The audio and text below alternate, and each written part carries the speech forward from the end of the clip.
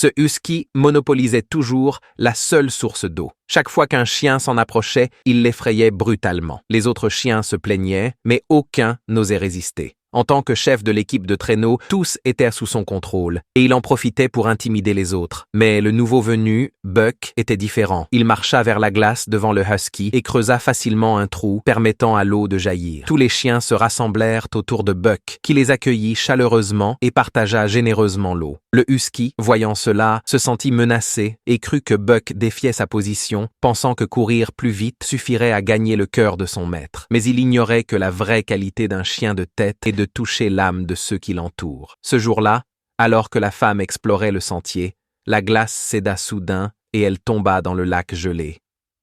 George réagit immédiatement, mais Buck surgit comme un éclair et sauta dans l'eau glacée sans hésiter. Bien qu'il ne fût pas un bon nageur, il savait qu'il devait sauver sa maîtresse. Dans l'obscurité, Buck la porta sur son dos et frappa la glace encore et encore jusqu'à la briser. Il la sauva, mais épuisé, il fut emporté par le courant. Alors que George perdait espoir, un bâton sortit soudain de l'eau. Buck était revenu. George en pleura de joie. Pendant ce temps, Spitz observait, furieux, voyant Buck gagner la confiance de ses maîtres.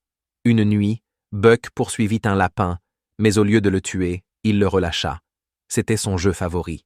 Au moment où le lapin allait s'échapper, Spitz le rattrapa et le jeta aux pieds de Buck comme un défi.